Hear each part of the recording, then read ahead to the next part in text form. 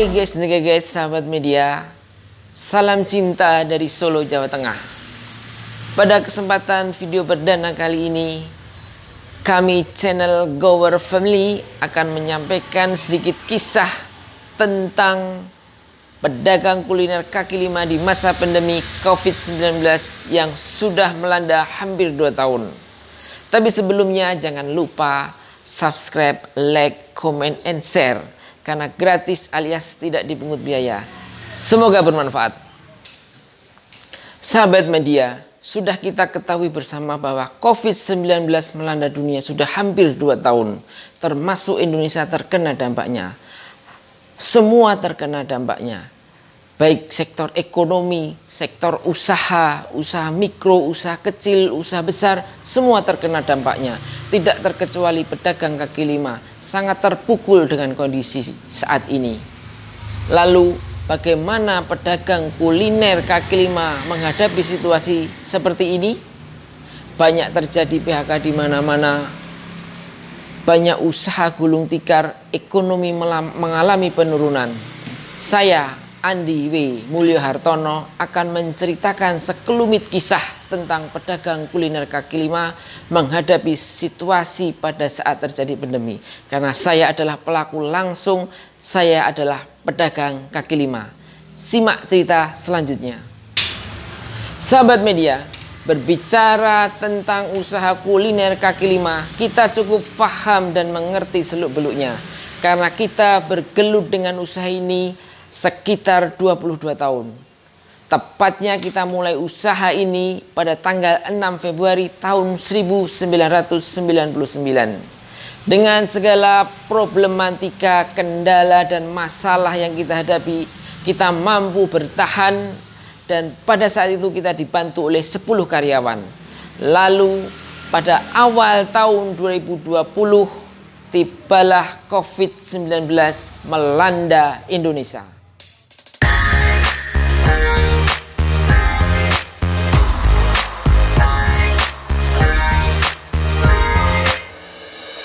더는 참을 수 없을 것 같아 매번 거짓말로 흔들어 난 나를 모든 게 다 상처로 남아 이미 어긋나버린 너와 나 하루하루 쌓여가고 있는 식어버린 내 Sahabat media, apa yang saya sampaikan di muka adalah realita dan fakta yang terjadi di sekitar kita.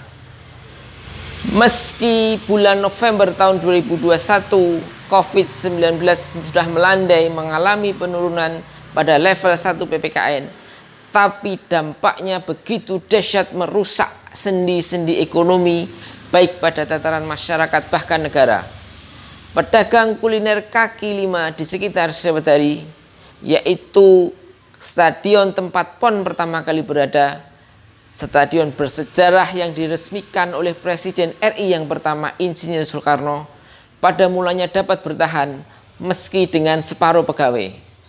Akan tetapi lambat laun antara biaya operasional dan pemasukan tidak sesuai, pada akhirnya banyak yang tutup. Bahkan usaha yang saya jalani hampir 22 tahun tutup sudah 1 tahun ini. Sampai detik video ini dibuat bulan November 2021, usaha kami belum bisa buka. Sedangkan biaya untuk kebutuhan harian, kebutuhan keluarga, biaya sekolah anak-anak tetap berjalan. Lalu bagaimana solusinya? Sahabat pemirsa, pada awalnya kita panik menghadapi kondisi ini. Bingung karena usaha tidak berjalan, money cash dalam keadaan minim. Bahkan ketika itu kita hanya pegang uang 100.000 di tangan. Sedangkan kondisi mendesak untuk kebutuhan sehari-hari terus berjalan. Tapi saya yakin Tuhan Maha Adil, Allah Maha Pengasih, Maha Penyayang, pasti akan memberi jalan keluarnya. Dalam kondisi terdesak itu, mau nggak mau kita harus menjual apa yang kita punya. Pada awalnya kita menjual 2 motor untuk bertahan hidup selama 4 bulan. dan uang itu habis lagi, mau nggak mau kita melepaskan mobil yang kita pakai puluhan tahun untuk operasional kita jualan.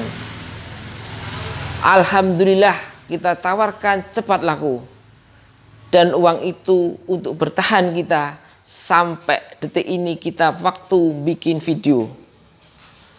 Mari kita lihat perabotan-perabotan usaha yang kita miliki yang sudah tidak terpakai selama hampir 1 tahun.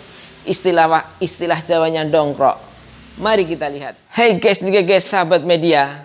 Inilah peralatan-peralatan yang kita pakai sehari-hari untuk berjualan di sekitar Stadion Sriwedari yang sudah dongkrok atau tidak terpakai selama hampir 1 tahun. Ada tikar, ada termos es, ada wajan, ada dandang, ada panci, dan lain sebagainya. Sedangkan meja, kursi masih berada di tempat space Stadion Sriwedari. Kita yakin suatu saat pasti kita bisa jualan, dan kita optimis dan selalu semangat. Ada hikmah di balik COVID-19 ini, bahwa kita harus sabar dan tenang dalam menghadapi situasi apapun yang menjadi ketetapan Allah.